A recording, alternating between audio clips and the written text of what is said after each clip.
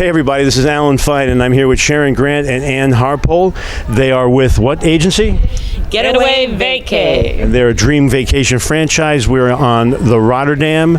We're at a conference of travel advisors. The conference is called The Attitude of Gratitude. And we'll explain why on Insider Travel Report. Actually, I want to know about this history. You guys were school teachers and principals. Let's talk about that. Who wants to start? It's a pretty silly story, but so we were both principals in elementary schools, middle schools, and we worked together, same district, different schools. In fact, my children went to her school. I like to say that I scarred them for life. Although my son is here with us on this trip. Yeah. With his former principal. Oh my goodness. So if he misbehaves, you send him there. Easy peasy. Okay, so you're doing that, and you liked it for a period, I'm sure. We were very passionate about good education, still are very passionate about it. And travel is education. Absolutely. It's all about curiosity. And the curiosity of the world, or what you're learning, or who you're meeting, or... So, was there a catalyst that brought you together for another purpose? You know, I think for me, it was that I knew that my school was in a really great place. The staff was phenomenal. Test scores were great. Everything was in just perfect shape to pass it off in a good shape for somebody else. So you didn't escape, like, somebody fixed this, you made it right. No, after 30 plus years in education, I graduated. So I like to look at it that rather than saying that I retired, because we knew that we would do something else that would combine all of our passions and love. And with travel, it was perfect because it's, we both love to travel, we love to research, we're helpers by nature. So it just worked perfectly.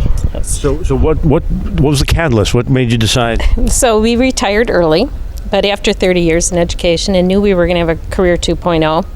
And we were good friends because we worked as colleagues in the education system for years. And I ran all these ideas by her and my family, who are all entrepreneurs. And they all laughed at me, all my ideas. So one day I thought, okay, I'm going to make a list. I'm an educator. All the things I love. I love to travel. I love to meet new people. I love to plan. So I got on the internet, started exploring, and came across Dream Vacations franchise. And I thought, I know a lot about traveling. It is a passion. So one night I signed up. Wait. Had you spoken about it yet? No. When Ann finally said, we'd been talking about all these different ideas, and she said, I signed up, and I'm like, well, that's a great idea. And I said, I'm in. Yeah. And bless her heart, she was very concerned. She didn't want me to lose, any money or anything. I'm like, I'm good. This is finally a great idea.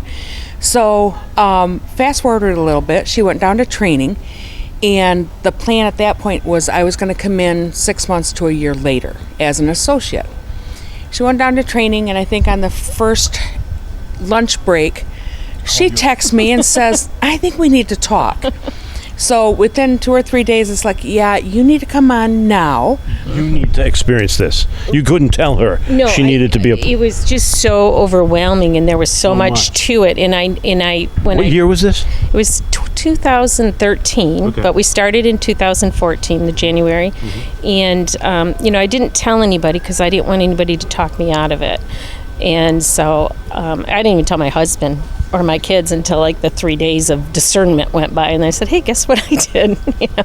So, and they were very supportive, so it wasn't a problem. But I called her on the first day of training, and I said, this is a bigger project than I thought it. I thought I was getting into a hobby business, that I was just, Well, some people do it that way, but you can also do it the way you've done it, which is what we want to get into. Right. And initially, when I said that I wanted to join, I said, I'm not worried about the finances. I just need enough to pay for my insurance. Yeah. So we thought, a little part-time gig. Yeah. So while Ann was still in training, then I was doing some of the back office stuff up in Michigan, and we needed to come up with our travel company name. So I did what any good educator did, called my kindergarten teacher and said, Beth, I need your help. And she's like, absolutely. Said, we just started this franchise. And she goes, oh my gosh, all of us mommies just got together and I was looking up a travel agent. Our senior class, which half of them were Ann's kids in school, half were mine, we want to take them on a senior class trip. Can you do that? I said, Timing. yeah. And I said, absolutely we can. Promptly then called her to said, Can we? I said, I just signed us up for this. Can we do it? And she said, Absolutely. I think. Yeah. In life, always say yes and then figure it out. Well, we were used to that because in education, especially in administration, you have to be able to roll with what's happening at the time. But yeah, so, so we made this deal. I said, I can't take the pressure of this not working and losing your money. So what we'll do is we'll become partners in business, and we will make a pact that our first commissions, we would pay off our debt. And as soon as we paid that off, then we would go. But this one group ended up being about 150 people. So you pay it off right away? Well, there's a delayed gratification in this business that you wait until they sail. Oh. So yes, that one sailing pretty much paid off all our franchise dues, and we were off and rolling. the best thing that we did then is that because we had that sale so quickly, and because we're educators, we wanted to learn more about the business. And so we signed up right away for national conference. And that was just one of the best things we ever did, because it's, learning on steroids, and, just put us on a very strong path to where we are today. And when we were in administration, we were, running different conferences. It's because we were kind of the leaders of our principal group when we were in education. So we had experience with putting on conventions where we were the worker bees. Yeah, but not on a ship. But not on a ship. And so it was so different because we weren't running behind the scenes. We were able to partake and see what other people saw that we didn't see, because we were so busy making sure the speakers were there and everything was on time. So that was probably the best experience for us, because we learned what we didn't know, but the networking, was fabulous. I mean, every night we sat with different people, and all we did was pick their brains, tell us what you did, how you got started. And these people are still your advisors. I mean, you can go to any of them with a problem, and I'm sure they come back to you with an answer. Absolutely. So during that national conference, we went to awards ceremony, and during awards night, we're sitting there and, we're clapping along with everybody and just all excited. And all of a sudden they announced Circle of Excellence. And we turned to each other and we said, what's Circle of Excellence? I don't know. Sounds like something we should be in. That's a great plan. How long? 5 years. 5-year plan. Okay. 5-year plan. Not knowing anything at all what it was, and just as a little background, it's the top 3% of all of the franchises, and there's some different levels and qualifiers that you have to do. So, we set that as 5 years, and with a lot of work and a lot of dedication, we made it in 5 years. By the skin of our teeth. Congratulations. Yes. So very proud of that. Yeah. Okay. So my question is, you started in what year? You said 14? 2014. And it was just the two of you. Correct. Yes. What is it now? What day is it? We have 11 associates now. And most of them are in Michigan. One is in Florida. One is in Colorado. And it's just, we call them our dream team, because that's what it is. They all bring different gifts and talents to the table. We work well together, we play well together, but we also know that we can rely on each other for help and support. And a couple of them are super knowledgeable about all of the all-inclusives. A couple know cruising inside and out. Yep. We do a lot of groups, and so we each have our own little niche within our franchise. How did you meet them? Was it through conference or other means? No. They came to us. We didn't recruit anybody. No. It was just people that came to us that said they had an interest in the travel business and how could they get started. And, we almost tried to talk them out of it, because, we really wanted to make sure that they understood what it took to be successful in the business. And so they started with us, and now we have 11. It sounds like you have specialists, but do you have a specialty, or do you do all-encompassing service? What do you think? We do pretty much everything. Sharon and I really like the more integrate European independent travel or group travel, river cruises, that sort of thing.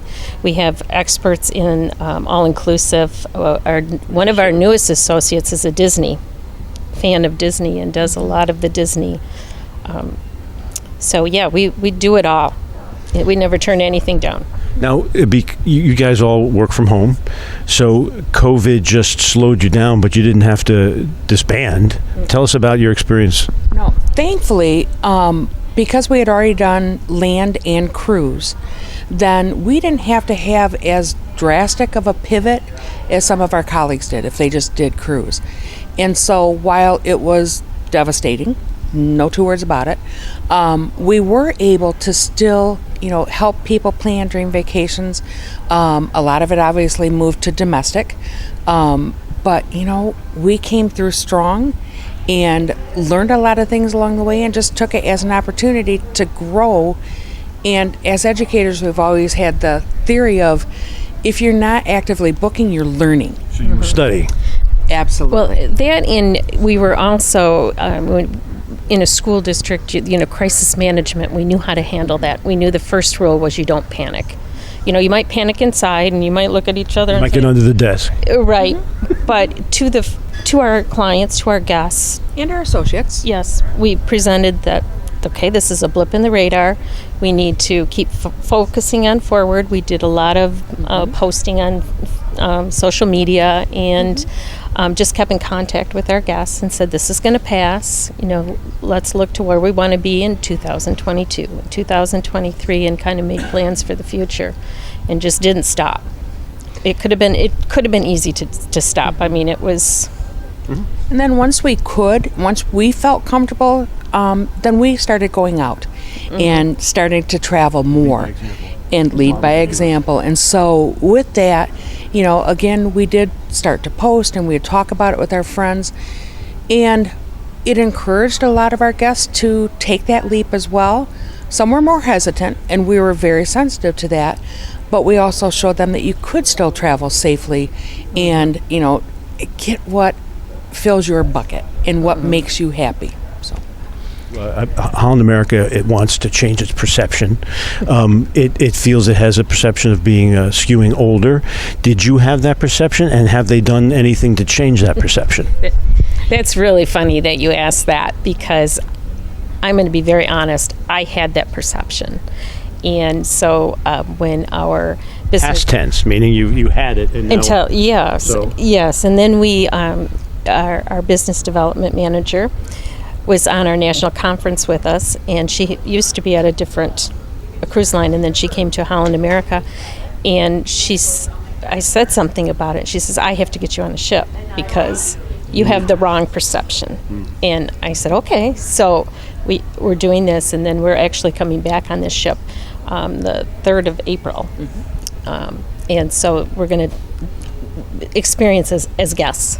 And what about your perception before and after? I was fortunate. I had already sailed on Holland America years ago in Alaska, and so I didn't have that same perception.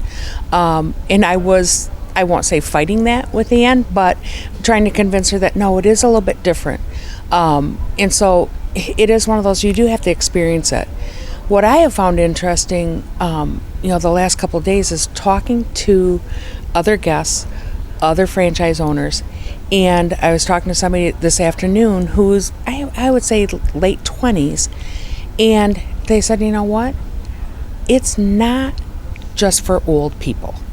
And I thought, well, good, because I'm old. But they said, that they could definitely, see that that their perception was wrong. They said, somebody that wants a big party and everything, it's not a good fit for them. But they could see by being on board who the clientele is that they could strongly recommend. So now you've gone to some of these presentations, and they're trying to help you know the product. What did you like? What did you learn? I think one of the ones that really touched me was the presentation on Alaska this morning. And, the fact that that Holland America has been in Alaska longer than it's been a state. That's a great one. Yeah, and that, longer than they've had roads. Yeah. That's amazing. And that just says to me that, they know, live, breathe Alaska. Caribbean and throughout the world too, but sitting in that presentation really honed that in for me. And the presenters were phenomenal, and you could see the love and the passion that they had for it, which I was fortunate. I was in Alaska on Holland America last year, and I just sat there and thought, yep, they're actually speaking what they do. It's not just lip service. And that, I think, for myself and everyone else in the room to see that and know it and believe it, that's their story. The amount of access that they get, the privileges that they are able to have because of their history, that was an eye-opener. Well, especially when you take the gentleman that was presenting in starting that he used to drive a bus to begin his That's Bill Fletcher. career. Bill Fletcher, yes. And, in that they recognize the talent in this person, which is, near and dear to my heart as educators. You recognize what everybody's unique gifts are, and they kept pushing him for it. And he is, to me, that presentation was just the face of... We're interviewing him. We have an exclusive interview with Bill, so make sure you see that video as well. Yes. Yeah. Itineraries. What do you think of the itinerary? I think the itinerary is phenomenal. We're not just talking Alaska, though those are very good. I mean, I was thrilled to see the African itinerary that was leaving from the United States. That was amazing. Well, let's first before we talk about that, then the premise that all of it leaves the United States, so you don't have to fly internationally. What did you think of that? Amazing. That's amazing. And for a lot of people that aren't comfortable flying, or they don't want to, unfortunately at this point, test to come back in, that's a huge point. I think that was, I give Holland America credit for recognizing that and making that shift in such forward thinking with that. Well, and if you just think about the cost of an international flight as opposed to a domestic flight, that's huge that you can spend for extra days on a ship instead of wasting in the air on the airlines. So now let's talk about what they were able to achieve just leaving the United States. Australia and the Pacific, and that tour. Going to Australia from a ship from the United States, Right. that's the I thing. think it was San Diego. Yeah. And just, then you hit Hawaii, you hit, Bora Bora, you hit Australia, New Zealand. All from the United States. Right. That's- And you could see everybody's face in the auditorium just go, oh my gosh, and I can sell that. yeah, exactly. And when you look at how to make an opportunity come out of a pandemic, it gave them the time to research this and to figure out how to do this. I mean, that was impressive. It was forward thinking. It was not letting this get you down, but moving ahead. And to me, that was just great news today. Sign me up. You guys are top sellers. How did you do that? A lot of hard work and a lot of luck, and a lot of, we started just curious about the world. We want to see it all, and we want to share that experience because we know that when you get out in the world and you start to meet people, that's where peace comes from. And at this time, that's what we need. We just learn that everybody is the same. But go back to the hard work. The hard that work. means communication, calling, following up. I mean, what is the hard work? I think all of those things that you just mentioned, that, it is that attention to detail, the service that you provide, being available. A number of our guests, we get them as new clients because, they Google and they, see that we're a franchise in Grand Rapids, Michigan. And when we ask them, what made you choose us? You picked up the phone. Which is, pick up the phone. And sometimes it's inconvenient, but you put that happy face on and the happy voice, and, you get through it. But that's how you also build loyalty and service. And I also have to give a shout out to our incredible team because we couldn't have done this alone. Our friends, our teammates are a huge part of our success, and we celebrate them every day and so thankful for them. And glad to be part of a team. So if you can get yourself a good team, you know, one of the things that Sharon and I did, especially through the pandemic, is we had this kind of rule that the only one that we whined to was each other. And the forward facing was, and that got us through the bad times rule. in order to be in the public, be positive and happy and ready to go. And so that's how you did it. that's, We yeah. were each other's biggest cheerleaders, but also the cheerleaders for our team and for our guests. Were there some quiet moments? Yes, but that was internal. Yeah. You know, so it is, you know, I think our passion for travel, hopefully that carries through and that shows. We go out to over 100,000 travel advisors now. What advice do you have for them about selling Holland America, about selling anything? I think one of the things that I would say is the more that you can experience what you're promoting to your guests, the more authentic. And so get out there, experience it. You know, try it. Just as Anne hadn't thought that she would like Holland America because it was for old people. I think she's a believer now because she experienced it. And we've always said that what you know, you can sell. But if you don't know anything and you're trying to sell it cold or blind, your guests see through that. And it just, but also coming out of the pandemic, if they see you traveling and, showcasing good safety protocols, but also posting the good things and what you're seeing, then that raises their level of confidence as well. So get out there and model behavior.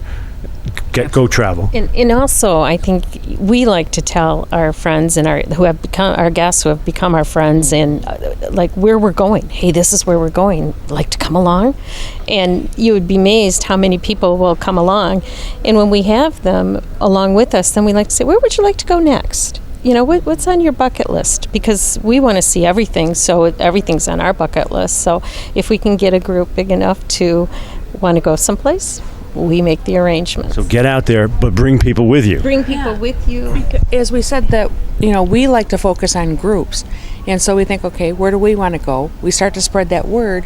But then as they start to book, well, do you have any other friends that would like to join us? And, that just exactly, and it just builds and builds. And then with good service and attention to detail, then they want to stay with you, and it builds that loyalty as well. They begin to say, where are we going next? Yeah. Well, then they talk to you. And Where are we going? that is great advice. Well, thank you for talking to us. Thank you so Thank you. much. And this is Alan Fine for Insider Travel Report.